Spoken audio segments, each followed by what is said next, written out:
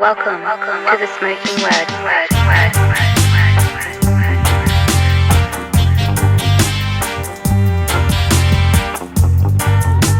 Welcome to the Smoking Word. What's up, everybody? The Smoking Word podcast is always brought to you by CasaDeRock.com. Support the show. Go there, cop some merch. Everything is done in-house by your boy. Once again, you want to support the show, CasaDeRock.com. Only U.S. for right now, but for international and global and international, intergalactically, you can go to CasaDeRock.eu and tell my brother Theo I sent you, and he'll take care of you. Once again, shout out to my Patreon family. We've been getting really busy on there. I took a little break because I'm making some power moves. But shout out to my Patreon family for holding me down during the downtime. But I'm dropping a lot of new videos. We got a lot of content coming. And look out for us at the end of the month. Hazen Street, Madball, H2O. You're going to get the live and direct on the Patreon. So make sure you could tap in. There's $2 tier and up. There's different tiers, different exclusive content you can get. And you could just support the show. So Patreon.com/The Smoking Word is where you go for that. Once again, I got to shout out CC Delivery. Always. That's California's oldest delivery service for your medical needs and for pleasure. Yo, and shout out to the Third Coast Family Farms. You know what's up, bro. And keep killing it out there. Follow me on the Instagram. You know the deal, The Smoking Word, Hoya Rock 357 and all that good stuff. And this week, I figured let's take things to the Lower East Side. My old friend, Gavin Van Vlack, Burn. Let's set this off.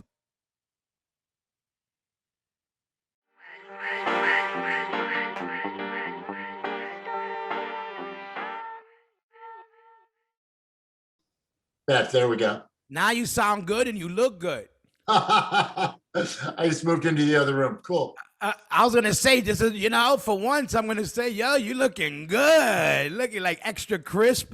Well, you're the one to talk, man. I mean, it's funny because I was talking about this with a couple of guys because everybody knows like the gym that I own, Diamond Heart.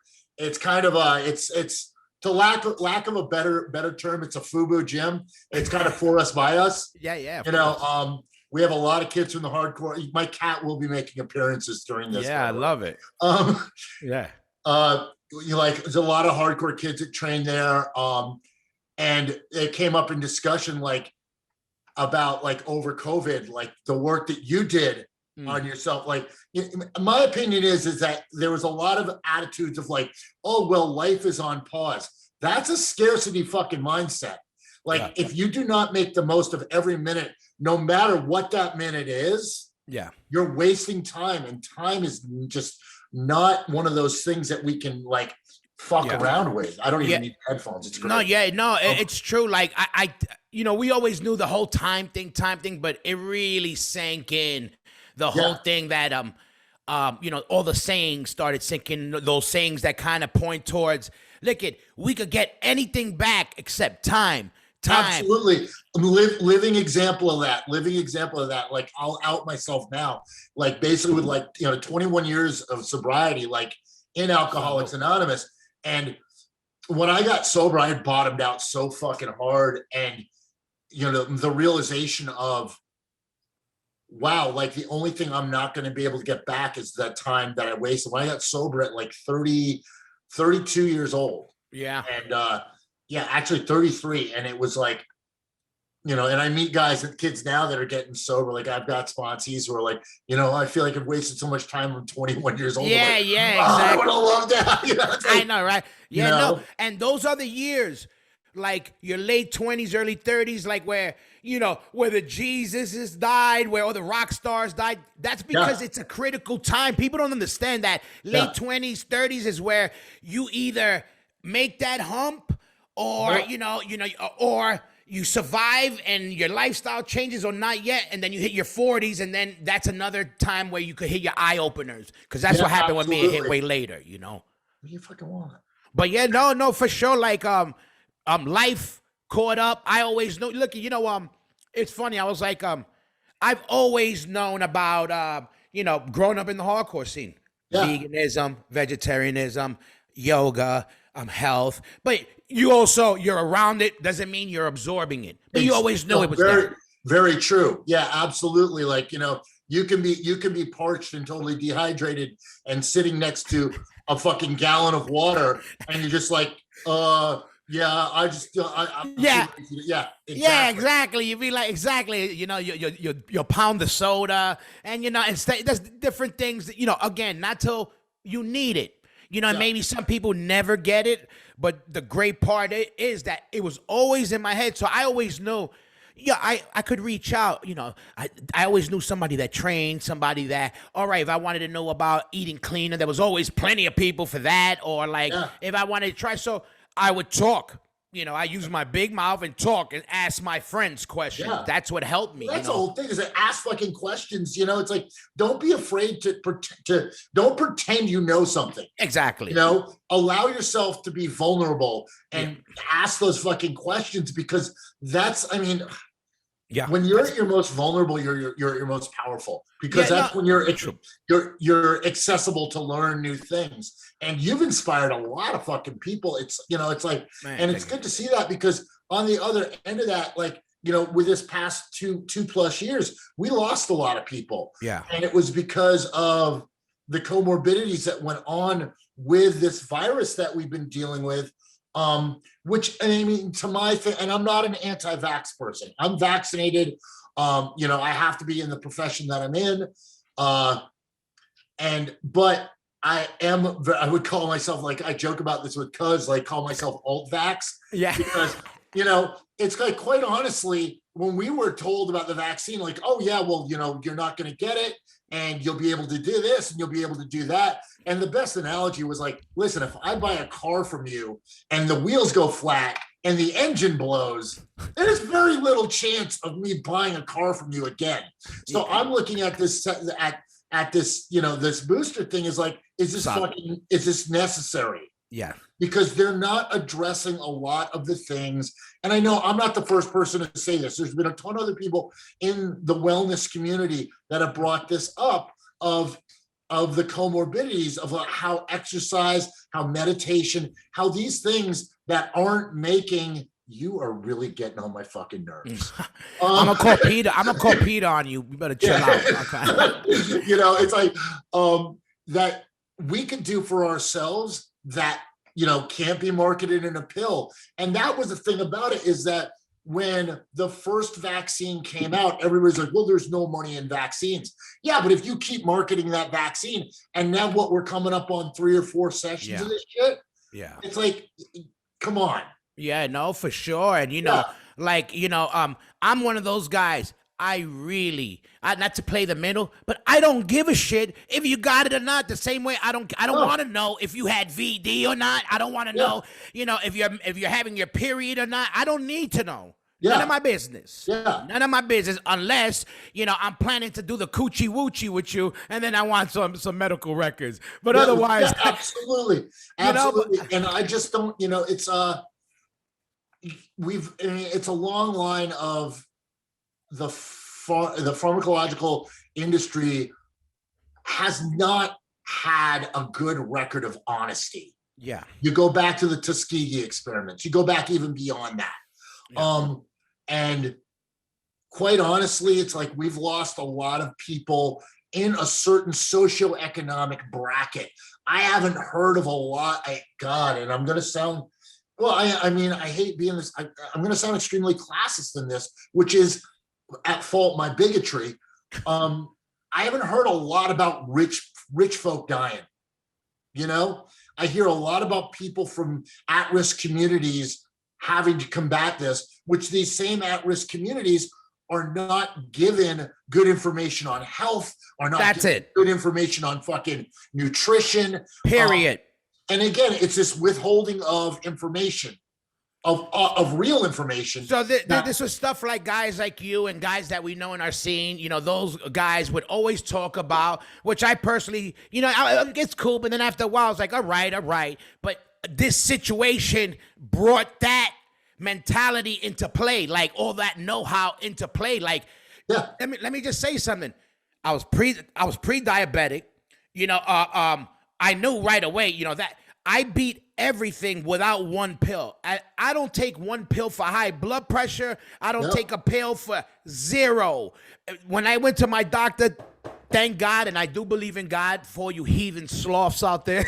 but thank God, all from diet. People would say it, and literally, I cleaned my diet up. I just started doing that, working out, and I literally beat it. And I'm proof that I'm one of the laziest people in the world, but I need to live. So that's enough for me. My sons need me. My sons need me. So and health though, but it's funny. Like again, Adam Blake, that's my MVP. I fucking love Adam Blake. Listen, right away, when I right away would think fighter mentality. How I'm gonna diet? What do the fighters eat? Oh, they would eat only chicken and broccoli. All right, I'm just gonna eat chicken and broccoli, and then I say, you know what? I want to drop more weight, because I gotta drop weight. I'm just gonna cut everything, and then I went like vegetarian for a couple months, full blown. Now I eat a little chicken and fish, but whatever. But I really oh my god, you're exercising dietary moderation. Yeah, exactly. Yeah, that's the thing too. Like people know me as like I'm an omnivore. People, you eat meat all the time. Yeah. No, I don't eat meat all the time. There isn't a decent diet out there that isn't laden in vegetables. Yes. So when you get these guys, and there's a ton of people out there that are pushing like this, like carnivore agenda, because when we were like. In the prehistoric times, we only ate meat. We only liver and shit. Don't start on that. We did not get liver. We're opportunistic omnivores. Yeah. If anybody's done any kind of anthropological studies on like fossil remains, if you look around the fossil remains of big cats, and I am watching you, Emmy, all right. You'll also find the bones of humans. And the reason for this is because cats love the taste of human. I do not trust you. Yeah. You gotta watch these guys. We are opportunistic omnivores. And our whole existence was based around energy conservation. Now, are you going to tell me that nuts and plants are harder to get than animals? Okay. We didn't become higher on the food chain until the advent of gunpowder. No.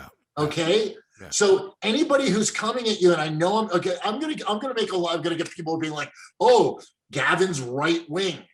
But you know how that is. Everybody in our generation is. Yeah. Oh, Gavin, Gavin is anti-vegetarian. No, I'm not. I'm pro fucking health. Absolutely. Okay? Always been for a long time at least. If you can do the studies to live vegan, which it takes a lot of studies to do that, because there's certain nutrients that you can't get on a vegetarian and vegan diet. Yeah. And we have athletes at Diamond Heart that fucking are total vegans, but they're responsible and they take care of themselves. Yes. Our head nutritionist, Mark Sayer, he's great for our fight team, but let's talk old school punk guys. Kimo Hing, who owns San Loco. Okay. When he started training with us, he was about 40 pounds heavier. Yeah. He started training with me. He started doing nutrition work with Mark Sayer. He came back from being pre-diabetic without pills. He's dropped 40 pounds. It's like, these are things that we can do. Yeah.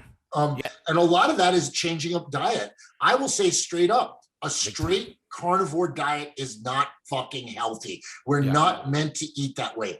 Do we benefit from animal proteins? Yes, we do. Within moderation. And that's the hard thing for people to get, is this moderation. And I know there's things out there like the Liver King and all that stuff. That shit's nothing new. I grew up in a swamp town, and we used to eat liver raw all the time. That's not a new thing. I want to understand this whole ancestral tenant thing of going back to when we were like cavemen. Dude, we lived to 35 was old age at that time. Right. Yeah, I don't want. Let alone we were fucking running away from fucking predators all the time. No, for sure. Yeah, so it's let's be reasonable. That's the thing that I want to see, and we can get into that with the COVID argument. Let's see some fucking reasonability. So people be reasonable. Not be tribal, not be like, you're on this side, I'm on that side. Absolutely. I don't get that shit now. It's sad to me now because there's people that would have jumped in front of bullets for each other 2.5 years ago. Yeah. And now that are now hurling bricks they at got each other. beef with each other for two rich motherfuckers that don't even know them, care for them, or even know they exist. Oh, absolutely. They've got us divvied up into vax, anti-vax, Republican and Democrat. None of those people up top call themselves any of that. They call themselves rich. Here goes Gavin with his classist rants again. No, for sure. And it's true. But forget that. Definitely, like the whole diet part, definitely that's everything. And that was something that was, it's funny because it always came, it's funny, like the guys like you, all the guys from that downtown scene, even like all right, not even just like all right, you, Chaka, whatever, and also a lot of other guys. Now it's funny how I'm seeing the lay of the land. It's so crazy to me because this is why. Back then, they saw you guys as so left. Oh yeah, so left because you know you guys, whatever be the reason, the people, this and that, but your beliefs all stood the same, and this is why salute to Chaka. Every time I see it a lot, I don't know where you stand. As far, I know you guys are fan, but I'm saying Chaka says shit all the time. I'm like, yeah. I'm like rooting for him behind my screen because I agree with a lot of stuff he says. And my thing was like, I wish people, and the people that try to talk shit, not because he's my boy or not because he's my generation, I see it from a third party. I'm like, no, he's thinking the same way as he did back then, but now it's sitting in a different lay of the land, and now it makes people are trying to make him look like what he's not because the agenda. But I'm watching it play. I'm like, man, if you were around so and so many years ago, you would have been thinking the opposite. I'm even laughing like, wow, it's crazy how they're lumping you guys now with that. These motherfuckers don't know what's going on. Well, did you see the thing they had when Murphy's Law played on St. Patrick's Day? Because they changed the venue. Because the venue and here, okay, watch this. Local business in my neighborhood. I'm not going to say their names, but they are. And now I know I'm going to get like fucking, shit from them, like, oh, Murphy's Law is right wing now. It's like so stupid. It's like what? Because they didn't want to have their people double vax checked at the door. Yeah, Again, I'm not the old guy. I fall. I'm like, I don't even want to be that old whack uncle. You know what I mean, of the scene. No, absolutely. But how it is.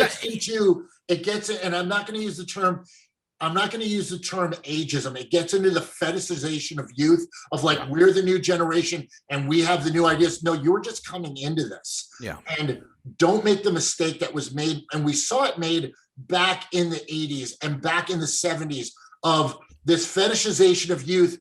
And now all of a sudden our village elders are like outcast. Oh, their ideas are passe and they aren't worthy anymore. Experience gets thrown out for potential so often. Let me ask you, why do you think, I got my theories on it, and it's the same thing with hip hop. Yep. It's actually the generation thing. But why do you think this generation is doing that to their elders?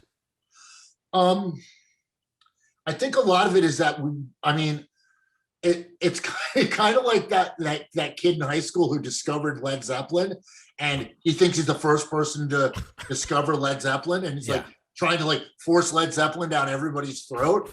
And I use Led Zeppelin because, quite honestly, I'm not a Zeppelin fan. Yeah, me neither. I'm not a super Zeppelin guy either. And here's the thing: I'm a fan of John Paul Jones and John Bonham. I think the rest of the whole Zeppelin thing just doesn't do it for me. But it's that when you come into this, like, oh wow, I can formulate my own thoughts, and then every thought you have, you think, oh my God, this is groundbreaking, and this is how it should happen, and this is what's and it becomes tribal. And again, it's like they look for ways to, and it was funny when I was like, I would say something and someone literally, and it was just on a catch, like, oh, I want to be part of the catchphrase. Okay, boomer, Well, Yeah, motherfucker, yeah. I'm 54 years old. I came out of World War II. Yeah, I know. You know, it's like, no, I'm a fucking baby. Yeah, yeah, I'm a exactly. fucking Vietnam baby. I was born in one of the most in the middle of one of the most preposterous fucking wars we had ever carried out. Let me That we got ask. our asses handed to, and we covered up for fucking ages that we had our asses handed to by, and I'm gonna say it, the great white hope got its asses handed to by little brown people. Yeah, you know. Okay, I like because we that. got involved. I'm not too offended by that. Exactly. We come from little brown people. You know that. Okay, and that's the thing. It's like, you know, we got our asses involved in a war that we didn't need to be involved in. Okay. Yeah. And that was in the 60s. And then we have a long legacy of that afterwards. And we continue to repeat this process. And we continue to repeat the process also, because here's the thing about it, is that at that time, that generation, you know, which was around, you know, their 20s and 30s, are all of a sudden throwing away a lot of what were quote unquote American values. And here's the thing about it, is I fucking love my country. Yeah, me too. Absolutely. Do not like what our government does. Absolutely. Okay. I do not like what our government does. And there's me and a lot of people like, you know, me and Chaka, we do not see eye to eye on a lot of political things. Okay. One of my best friends is Craig Satari. Yeah. Okay. Craig and I stand opposed on a lot of things. Yeah. I mean, cousin Joe and I constantly back and forth. Like, of course, you know, I have friends that I do not carry the same political values with. Does this mean that I fucking hate? No, there's no reason to get tribal like that. Yeah, I agree. I totally agree. But let me ask you this. What's your opinion? Because you've been around, you caught all these time frames. You know, why do you think? Great way of saying you're old. Yeah, well, you know, you're older than me. But no, why do you think? All right, I started coming to shows more the 88 on, so that generation, right? Yeah. But I was still what do you think is it? Why that generation that ain't the first generation, or I don't know what generation you want to call it, but we still came up giving the OGs respect and listening and that. What was it that got lost in the wash with this generation? You know, things popped in my head right now as we're speaking, but what do you think? Is it because this generation now is like literally like telling the OGs in their face, some of them like, yo, shut the fuck up. Who cares what you say? Like, and blatantly those words almost, which is crazy. Well, here's the thing, and it's funny because this is in the underground, but that's a carryover from pop culture. Yeah. That's a carryover from the fetishization of youth, you know, and I'm sorry, but it's like, let's run this in comparison to like the modeling industry of where you know, and we have women amongst us in the hardcore scene that were involved in the modeling industry for years, and it's like once you hit a certain age, you're no longer of any use to us. You're old. And for, you know, when I see that kind of terror in a woman who is reaching 24, 25, isn't even at the prime of her fucking life, crazy, is being made to feel like she's obsolete because she's not this young nubile, quite honestly, not ready for a stable relationship whatsoever. So let's get that out of the fucking way. Facts. You know, we get this idea that youth is the crux of everything, and that's what matters. And the problem with that is it ties into those same people that person that ends up in their late 30s, 40s, and 50s acting like that person who threw the winning touchdown pass at the high school football game. Yeah. And it's, you know what, man, that shit I don't even care about. Yeah, we have bigger issues now, and you will have bigger issues down the line. I mean, I get guys like that all the time who come up to me, and it's like, what I've been through, and I don't use that as a crutch. I use that as a platform. Yeah. And I'm not one of those people. I don't find any solution in nostalgia. I'm not someone who, honestly, and I'll tell you, don't come up to me talking about, yo, back in the day was so much better. I If hate back that in shit. the day was so much better, then that proves to me a lot of things that are going wrong, that might be going wrong in your life. Because life, the relationship to life is a curation of a relationship. And you get that with like, you know, I still live in New York. I love New York. I love the city so fucking much. I'm also a big fucking traveler, anybody who knows me. But I get a lot of people who are like, oh, New York isn't what it used to be. No, and neither are you. Yeah. Have you taken care of yourself? Yeah. No, No. for sure. You Everything know, changes. and that's the curate, you know, this city it's a curation of a relationship, you know, and there's amazing things to find.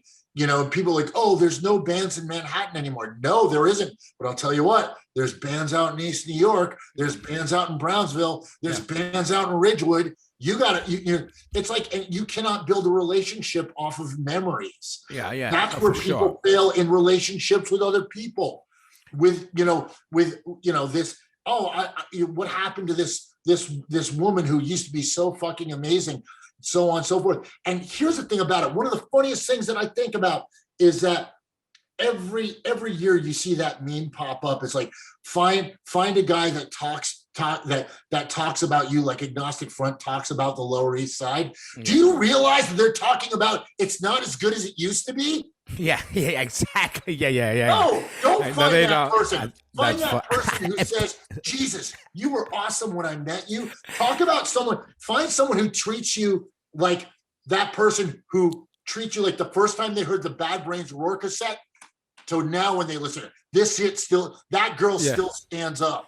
Yeah. You know what? You know what my theory is? And tell me if I'm crazy, but this is, because I'm a big... dude, we're fucking crazy. No, we're crazy. I've been analyzing this shit, and obviously the internet has something to do with it. But this is my theory on the internet on how our generation of hearing this crazy music was brought to us by our big brothers, our big sisters, about that.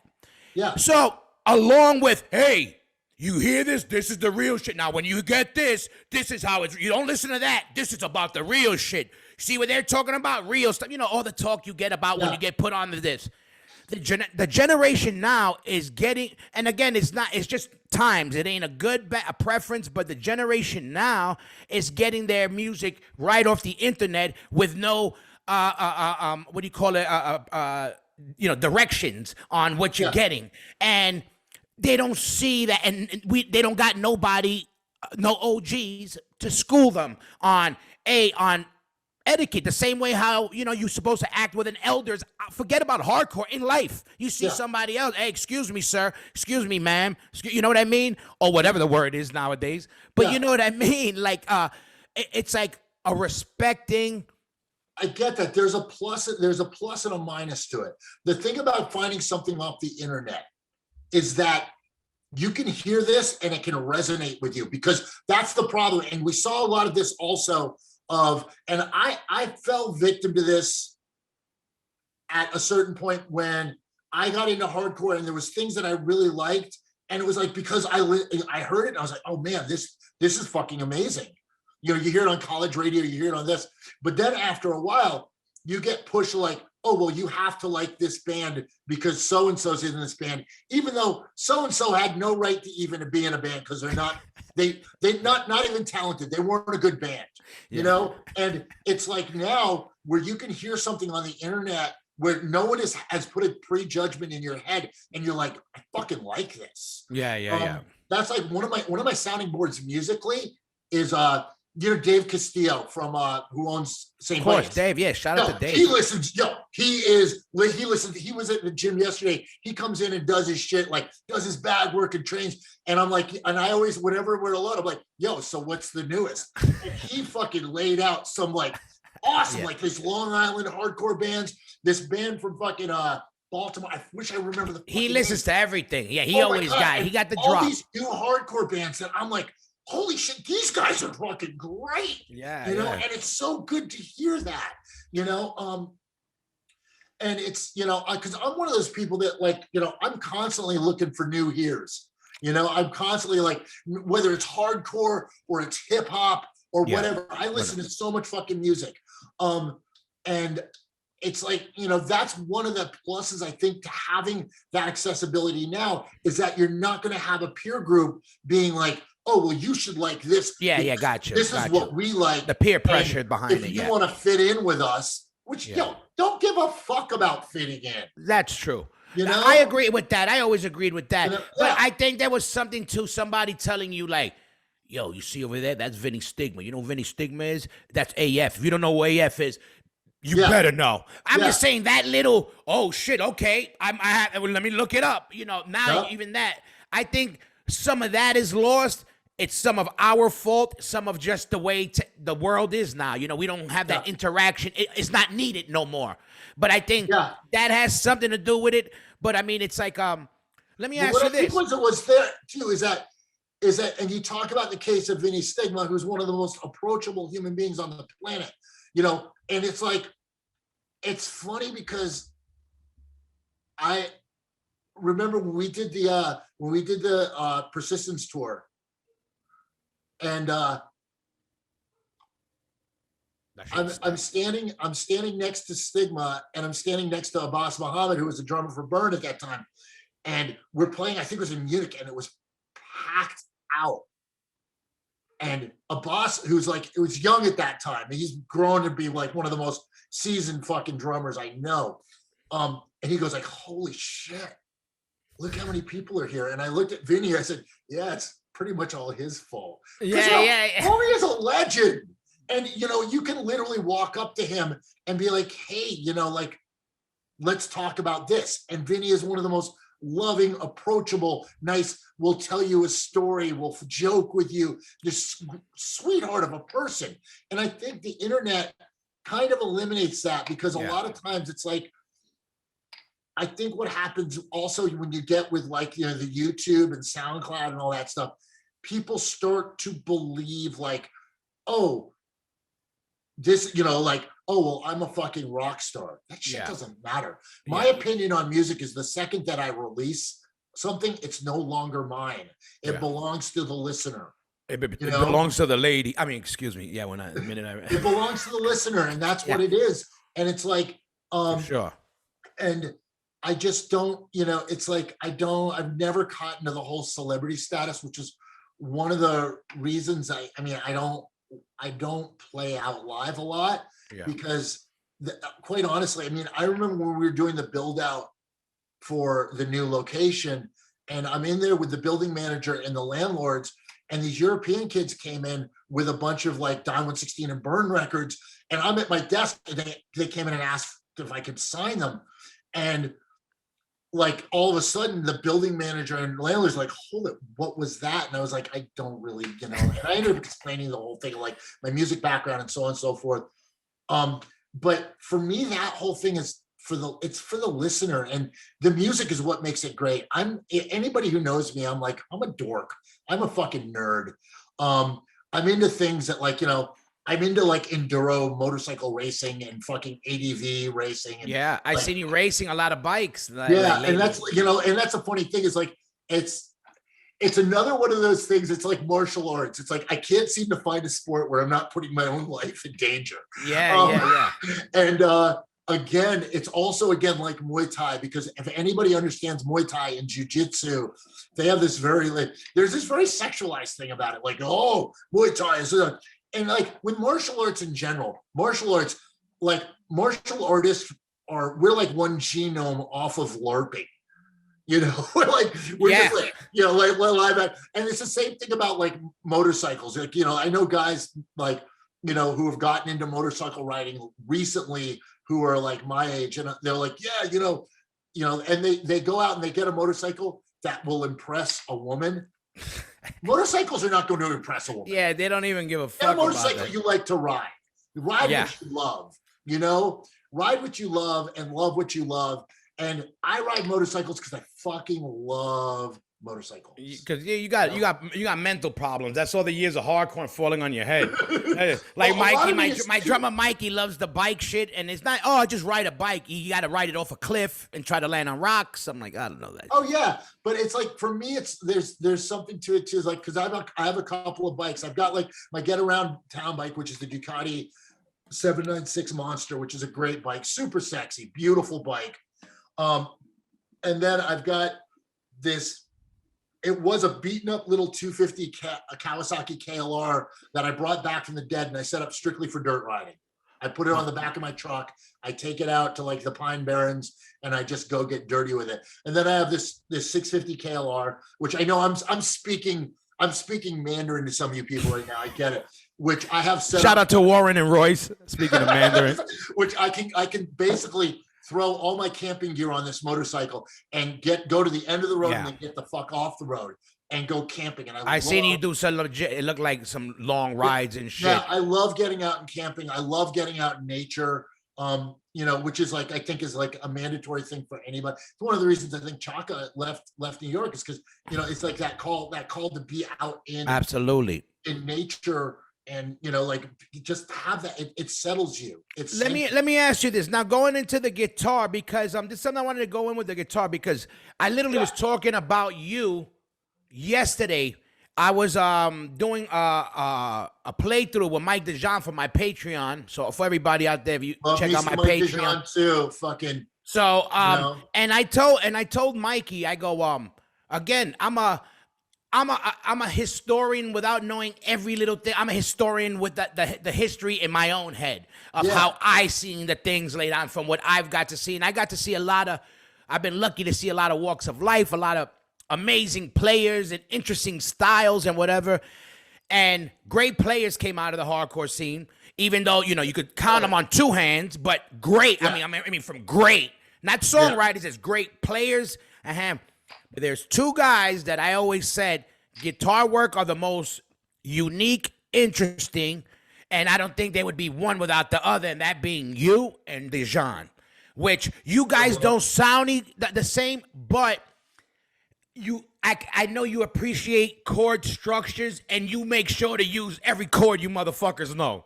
Oh yeah, I mean chords are colors and flavors, and, shapes and movement, and yeah, it's super important. That's one of the things I love. Mike's versatility of playing. Like he can get in and play like total gent metal. Yeah. And then, turn around and then like be able to do like, like comp style jazz type shit. And his versatility of playing, it's like there's very few people that come out of the hardcore scene that are like that. I think Chris Traynor, who now plays with Bush, is one of them. Yeah. Max Bernstein. Well, hold on, the Bush guy, he was in the scene. Oh, yeah, he played in Fountainhead and he played in Orange 9mm. Get out of here! Oh, I didn't know that. Yeah, Chris Traynor. Oh shit, I didn't know that. Shout out to Chris Traynor. Shout out to Bush. There's two Bushes I like now. Like very few people know Max Bernstein, who played in a band called The Actual. Max and the Actual, which is an old hardcore band from New York. He was a Reconstruction Records kid. He just got on stage with Steven Tyler. Great. He was a musical director for Demi Lovato, for Kesha. I love it. Love it. Zach De La Roche, who was a legend. We have infiltrated music. Yes. Hardcore has infiltrated music. There's so many people out there, guys from Verbal Assault were in Belly. Yeah, crazy. It's amazing how we have gotten, we've gotten into the mainstream. Yeah, yeah.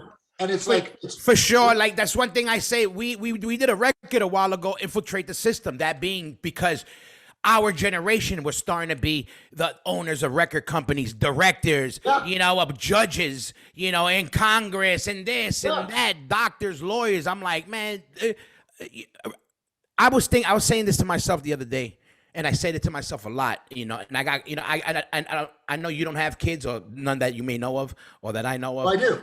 Oh, you do? I have. I'm proud. Wait a minute, grown up, right? Yeah, I have an adult. Okay, my fault.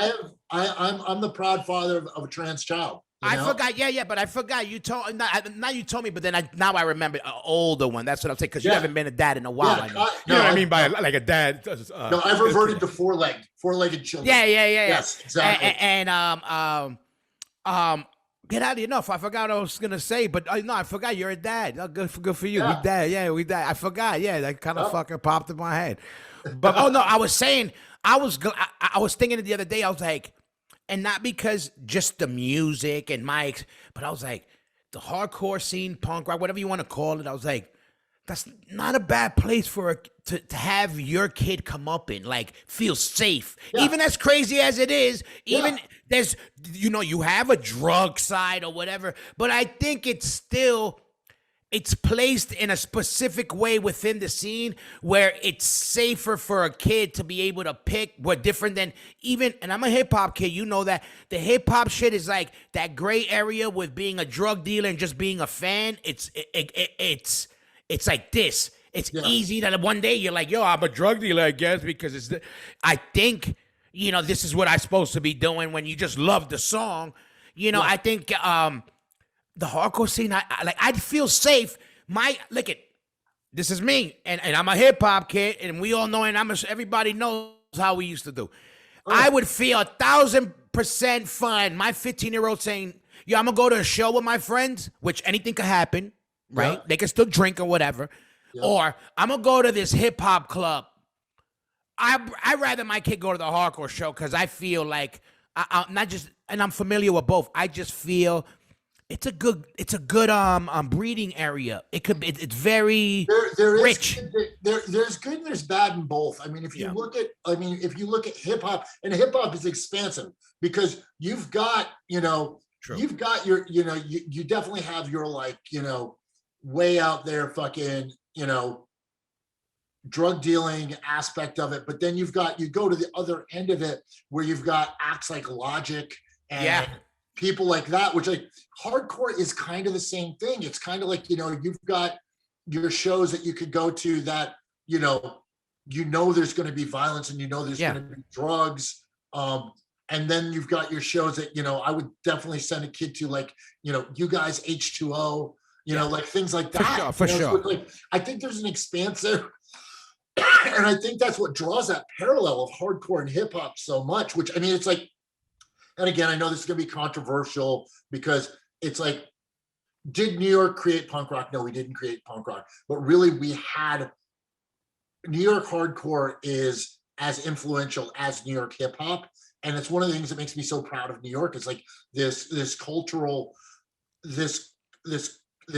station that has created two of the most, and there was that meme going around with Billie Eilish wearing a nausea patch. Yeah, I seen that. And I seen the Misfit outfit too.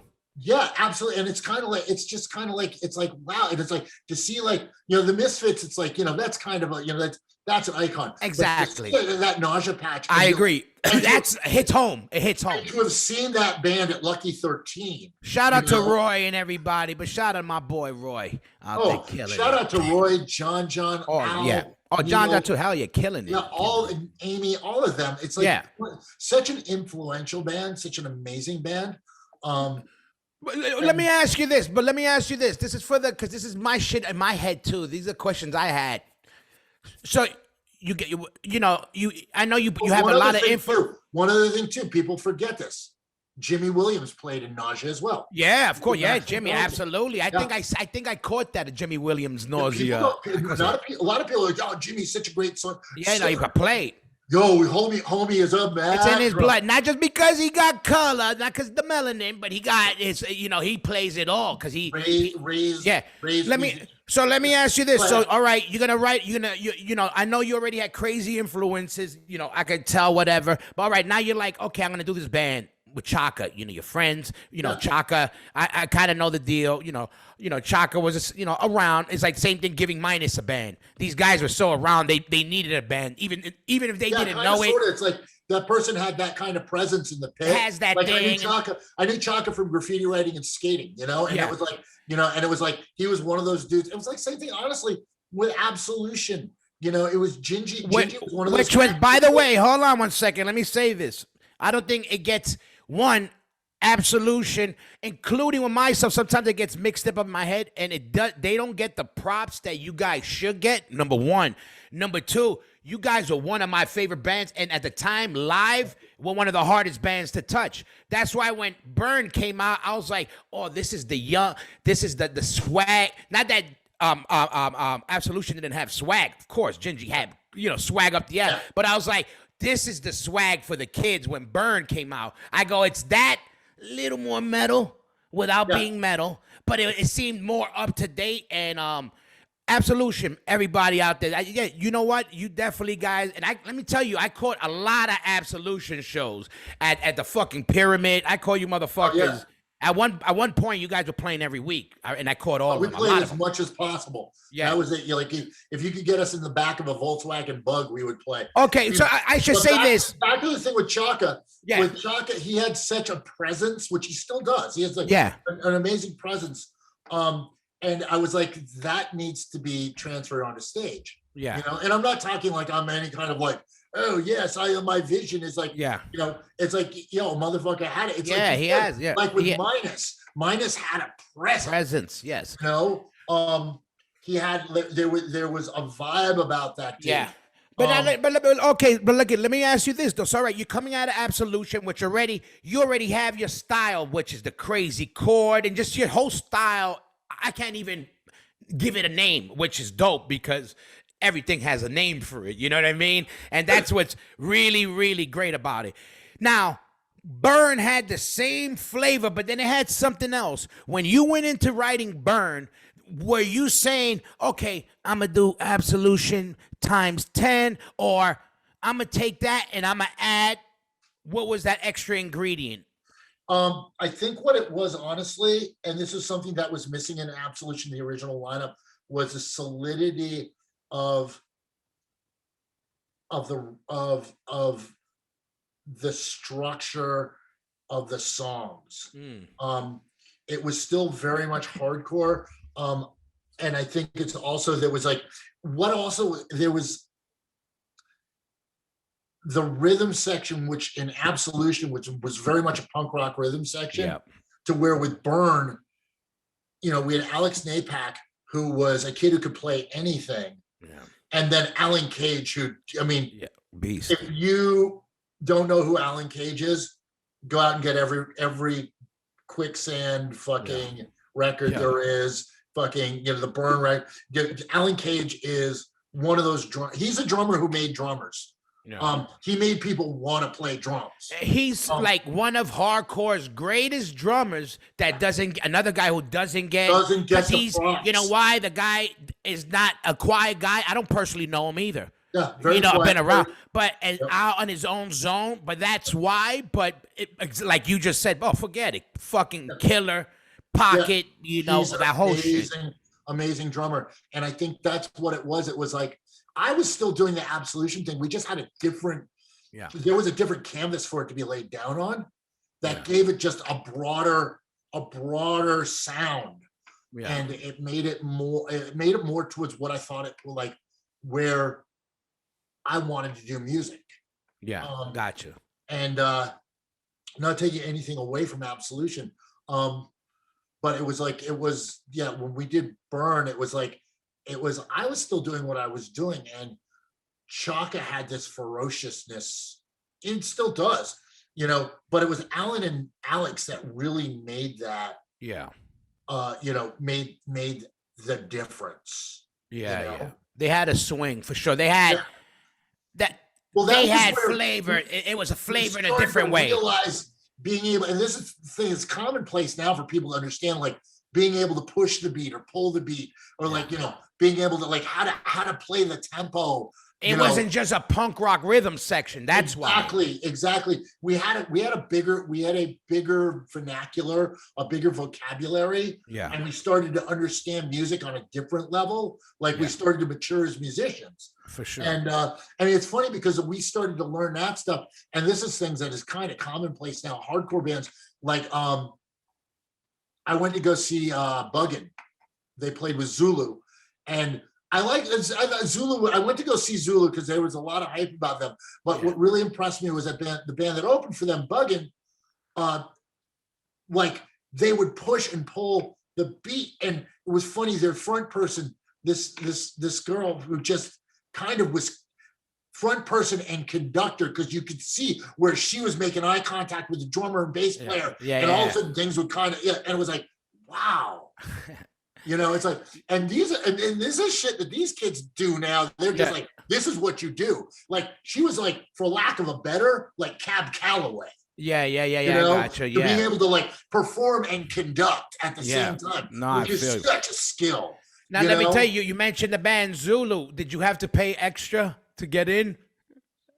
I don't know. I just heard something. I was just trying to make it. I heard it. No, they did. They played the show, and their money their money went. The money from their show, they covered expenses, and then money went to donation. No, whatever it is, I just heard at one place that that if you were white, you had to pay extra. So I was just like, I don't know. That was just what I heard. Oh, that's another thing. Like, you know, I don't know. I was just talking shit anyway. Oh no, I get you. I hear a lot of that, and it's like, you know, it's something that kind of a little bit annoys me, because, you know, I love music, and I think that when we start to get into like who created music, you know, stolen, you know, this is stolen from that, and it's all art is theft, you know. And it's like, it's so funny, because like, you know, I just don't, as a half-breed, I don't have any place in the race war. First of all, now I'm glad so that the half-breeds for everybody out there. I love it, but, you know, let everybody know, because a lot of people may not know the DNA of the gorilla they're looking. Yeah, I'm half Mexican, half Dutch. Let's shout out that. First, shout out both sides, because my son is half Dutch, and the Latino side, because here's the thing about it. Whenever I meet, like, okay, I'll plug the gym again. One of our coaches is Brianna Ferris, who's raised in Chattanooga, Tennessee, and is half-breed. And like, when I first met her, I'm like, oh, you're master race. Yeah. And she looked at me kind of weird. I'm like, oh, don't worry. As long as everybody keeps fucking, they're all going to end up like us. Yeah, exactly. You know, that's it. You know, it's like, I don't believe in pure blood. Yeah. I don't believe that's a remedy for the world. I don't believe that on either melanin side, on the black, the white, the Asian, and I don't believe on any side that keeping a bloodline pure. I mean, the Romans left England, and all of a sudden they went straight into what? Inbreeding. Yeah. You know, at a certain point, and if you look at the Habsburg dynasty, you know, like when all of Europe was inbred, and I know someone is going to say, oh, well, that was a white thing. No, because the pharaohs were fucking inbred. You know what? They got to look at the hardcore scene from like 82 to like 87. Yeah. They can see where all the crossbreeding and inbreeding ended up. Thank you, crossbreeding. And I don't, you know, because it's well known. I'm a huge fan of country music. I grew up on country music. If you think about the most country instrument there is, the banjo. Absolutely. Where does the banjo come from? Yeah. Africa. Yeah, I got you. You know, what don't come from Africa? The fiddle. Yeah. Oh, where the fiddle? Oh, because it was it evolved later. Yeah. All right, let me ask you this. You know what I always use as my thing when they're like, oh, but this guy did it first. This guy, I always say, then trace it back to the first caveman who hit the two rocks like this. Because he invented a call so people could hear. That was the first song. I'm like, look, we all, like, I always say it, and I say it partly to be, you know, shocking, but like, we know we're influenced from bands. Not that we're stealing from them, but I'll be influenced off a vibe. I can hear a Burn song and be like, oh, that's dope. I want to write something like that. It's okay. I'm not gonna bite it, but I get, you know, you feel off of it. But then I would see you and I'd be like, yo, Gav, you know that song? I bit you on that song. But you would understand. Oh, I get it. He vibed off of it, and that's what I was saying. Absolutely. I mean, I want to get back to the issue of, like, you know, it has been scientifically proven that we all come from one tribe. Yeah. But we need to get beyond that now, because if we keep dragging ourselves back to that, first off, racism on any end is wrong. Yeah. Okay. Bigotry. I mean, like I said, bigotry. I carry my own bigotry, which I consider wrong. Which I can meet somebody, and if they come from a certain socioeconomic status, I instantly go in already being like, oh, you're rich. And there I am blaming someone for a situation that they were born into. Okay. Now you're rich. What are you doing with your money? That's a different issue, you know? But for me to not like, and I have friends that come from Fortune 500 families, you know? So I'm also a hypocrite, like the rest of the planet. No, we're human. It's human. It's exactly finding our way is what we're doing. And I'm not saying that like were there wrongs done? Yeah, we've been fucking abusing people as long as we've been on the planet. Does that make it right? No. And to say that, you know, that this brutality is based on, I mean, what are we going through right now? Yeah, it's crazy times right now. It's crazy. It's absolutely insane. Yeah. And it's, you know, I think we need to get beyond that argument. Is that wrong? Fuck yeah, that's wrong. Should it be repeated? Should never be fucking repeated. Yeah. You know, the slave trade, the Holocaust, these are things that we need to fucking learn from. Yeah, for sure. You know, definitely. Those are all like, if you ain't grown. The Spanish Inquisition. You know, like anything where we were like using bigotry, that kind of bigotry to fucking crucify people. You know, but people just gotta. What's finally sinking into some people, not everybody, but you know, the enemy is not a color. It's a mentality. It's a mentality. That's what people gotta understand, and they don't understand that. They still associate thing with a color because that's all that shit. Which we all guilty of being. You know, that to some extent at some point in our lives, that's all comes from not knowing.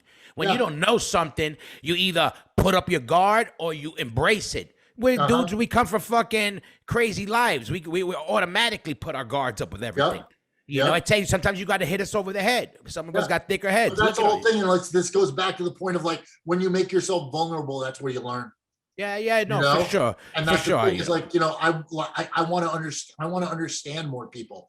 You know, and it's like someone who I fucking love. One of my favorite conversation people is Flora from Mafa. Yeah. You know, because I could sit down and talk with her about anything. She's a stellar musician, fucking, you know, politically active, like, you know, and with the whole, like, you know, and it was weird for, you know, like when we played Afropunk, when Burn played Afropunk, all of a sudden there was like these kids who I'd never fucking seen at Burn shows. And I was like, hold it, why are we not reaching out? Why are we not hitting with these kids also all of a sudden? These kids who just discovering us. And it's like, you know, I got to meet, you know, like Creature from Rebelmatic. Like, you know, all these bands that are happening now that are very fucking important. And then I started to realize that like, oh, wait, hold it. There's like, and it's not even two hardcore scenes. There's like in New York City alone, there's like 4 or 5 segmented scenes because you've got, you know, your standard fare, which is, I would say Burn belongs to. Then you've got like, you know, Mafa, Rebelmatic. And then there's bands like Show Me the Body. Which are in a whole other, and it's like, I just feel there needs to be integration of all of that. Yeah. I agree. You know? I agree. There should be somebody to connect the dots for at least, you know, like a Woodstockish, you know, of hey, everybody, you know, hey, this is what it all comes from. You know, well, that's like also where I was talking. A blood drive. You know what I mean? With like, you know, Cousin Joe, which Cousin Joe is like constantly trying to look for new bands. Yeah. And I think that's what's going to. And here's the thing about it: no one needs to save hardcore. Yeah, hardcore don't die. The shit don't die. It does. It's proven. Hardcore will not die because as long as there's a bored kid who wants to hear something different. Yeah. He's going to create that. Okay. But to make it so that we do not become inbred. Yeah. Okay. Which is, again, this is a mud race you're talking about. Like, like, hey, we got to mix that blood. We got to grow. Yeah, exactly. Out the box. Makes us grow. Yeah. No, for sure. We you know that from training and whatever, you got to get out of your comfort zone. Oh, hell yeah. You know, to build muscle, you got to break muscle. Yep. You know? And you need to bring in new adaptations, new things that you can. I agree. You know, it's like you don't get good. Like one of the best, like the comfort zone is a beautiful place, but shit seldom grows there. Yeah, it's true. Yeah, exactly. Nothing grows. Yeah, for sure. And speaking of growing and all that, what's up with the gym? Tell us a little bit. What's the deal with the gym? I see, like you had the gym for a minute, but now it seems like a lot of programs. I see a lot of like activity going there, like community.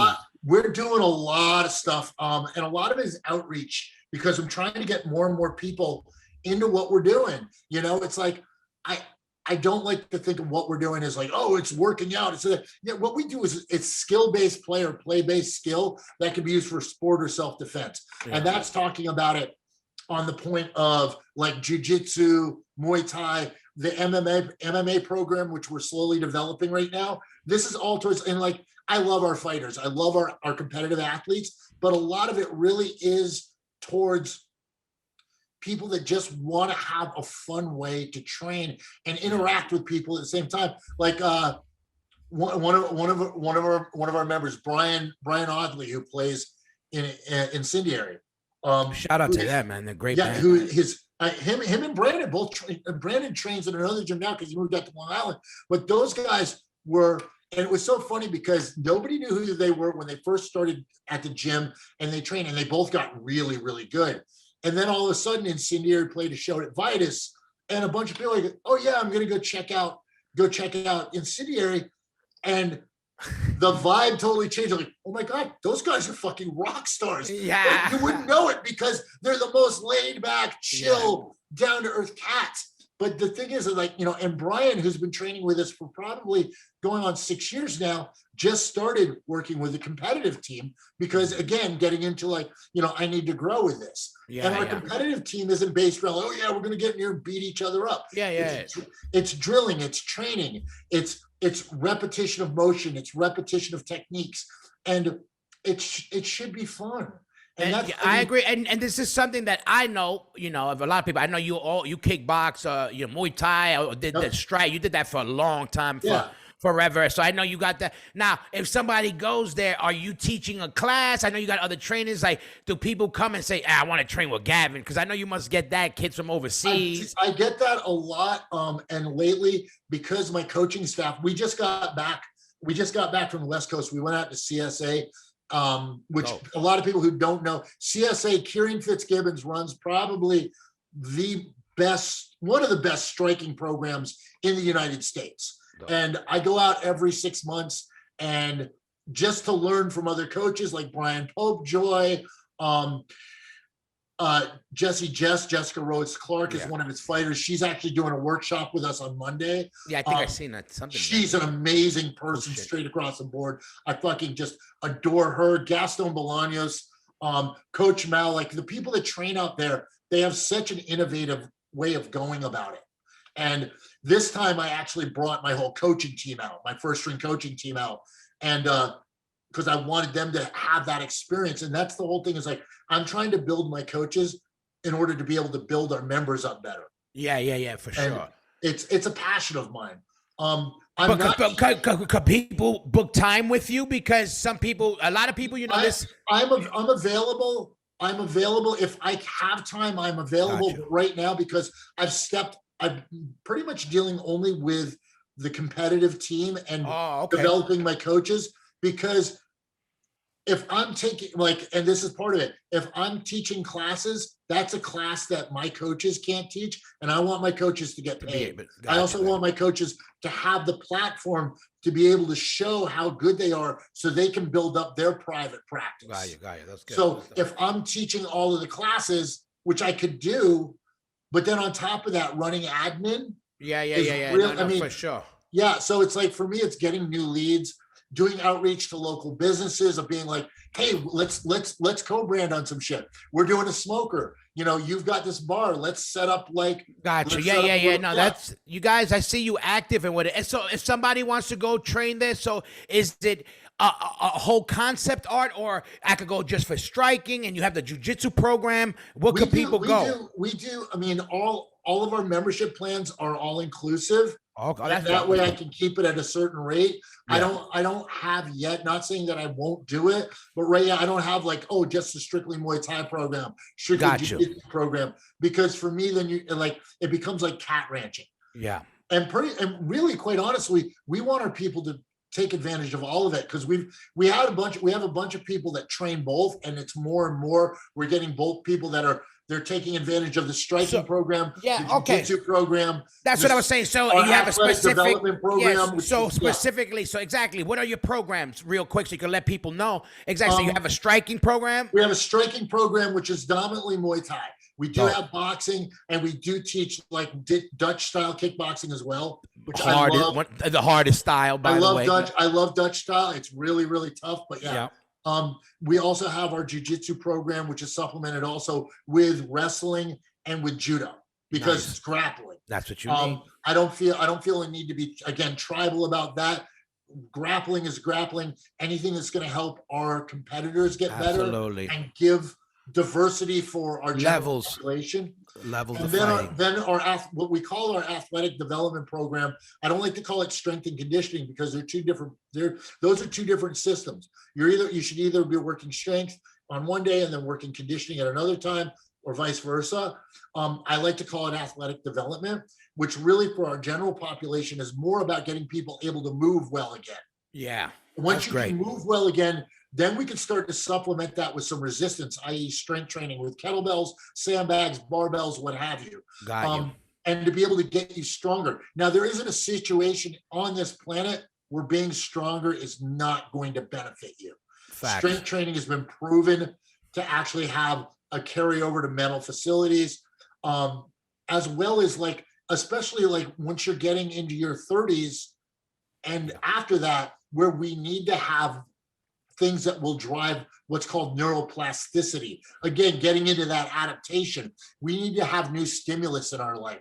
We need to put ourselves in that uncomfortable zone of learning. What Gavin means is, if you want to keep banging boys and girls and banging efficiently and enjoy the leaves of life, you got to put some push-ups in, not just over a body, but maybe push the ground a couple of times. So all the rest of the pushing falls into place. Well, exactly. It's just we want to get you able to move better and feel better. Because that's great. And this gets back into our whole thing about the original, like our conversation about COVID, where they don't talk about the metabolic factors that underlie that. And like, they're like, oh, well, you can do this by taking a pill or getting No, you can do this by being active. And I'm not saying you have to join a gym. Exactly.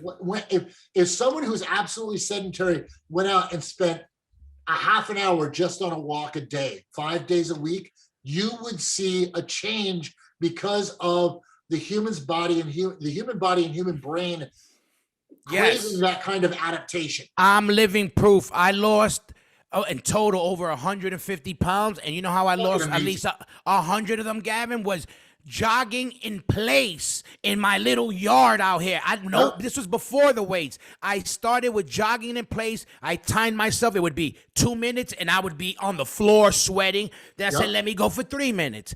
And then 5 minutes, 10 minutes. Then I found out it took me a half hour before I would break a sweat. Then I said, okay, let me start with the heavy bag. And then I started adding on and I strengthened, But what he's saying is facts.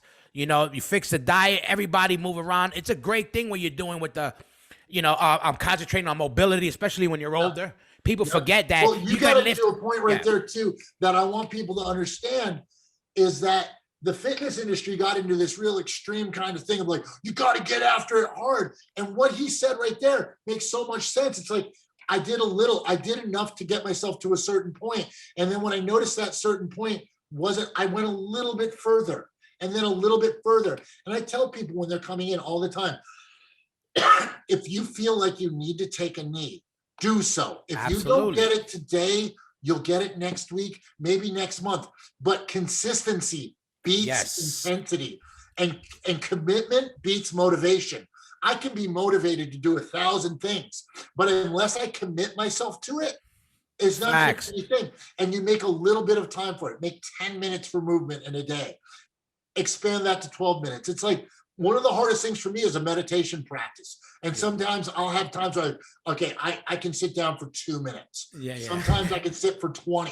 Now I know what you mean. As long as, here's another case in point. I got back in on Monday and the older you get, the less you heard me bitching about flying. You know, my legs felt it. I felt dehydrated. I went into the gym.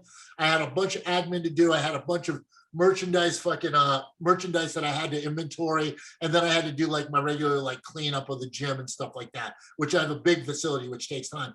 And at the end of that, I was like, oh man, I don't want to work out. But I was like, you know what? You need to get, it's squat day and overhead press day. You need to at least do something. Yeah. And the hardest part of it was my warm up. Once I got done with my warm up, I'm like, you know what? I can get this. I can Absolutely. get this. Make this happen. Absolutely. And that's it. Just make a little time for it. I heard this one guy said the best thing, and that's what helps me. I do my shit real early in the morning. It's just the time frame that works for me when nobody fucks with me. And I heard somebody say this because I hear people, oh, but I'm tired. I'm this, and they're like, it'll wear off. That feeling will wear, and it's a fact. As tired as you are, once you get going, that you're back. You're going. It's done. If you're tired, then just put a little more time into the warm up. Exactly, and then you're over it. Yep. And that's a big fact. But Gavin, no, I'm glad I was able to get you on. I've been wanting to get you on for a second, but I was like, I had to wait to pull the trigger. You look amazing. Again, I hope I can see you in person soon, and we will be seen. Oh yeah, everything. Will be April 23rd, kids, it's on. Yep, it's on. Everybody go to the show. You know the deal. What's up with that? Where could anybody check out the gym? You have a Instagram for the gym? The Instagram is Diamond Heart PCC. Here's the other thing too, is that my friend and professional fighter Brett Hevelchek and I, that day is a fully loaded day. That whole weekend, we've got 3 fighters on the AFL show in Queens the night before. Then we have the show that day. Yeah. Then that evening, we're having a smoker at Diamond Heart, which my friend Brett Hevelchek, who is a coach at Rose Muay Thai, and we collaborate on doing these smokers, which are like entry level of competitive events. That starts at 6:00, right after the show. Oh, so that whole weekend's going to be busy for me. You're going to get cardio in. You're going to get your cardio in that whole. Hit me up. The best way to hit me is at Physical Culture Collective at Gmail. Boom. You can also hit me at the Instagram for if it's gym related. You can hit me at the Instagram for Diamond Heart PCC at IG. Anything burn related, you can hit up myself or Chaka at Burn NYHC at Instagram. And yeah, that's pretty much it. My personal IG, don't even worry about it. Yeah, no, but Gavin, I'm glad you're killing it. You know what's up. Again, I'm glad to get you on next time. Hopefully we get in person. We'll do a little update with shit, maybe from a stage or something. That'd be great.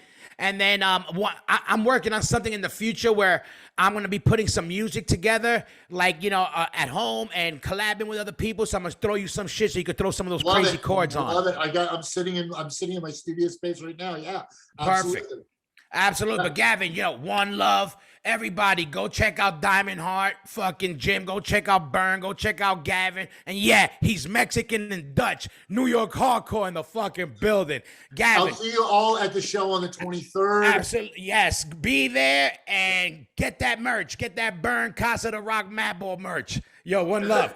Yo, I'll send you the info when I drop this. All right, Gav? Peace out. Yeah, I'll talk to you later, man. Peace.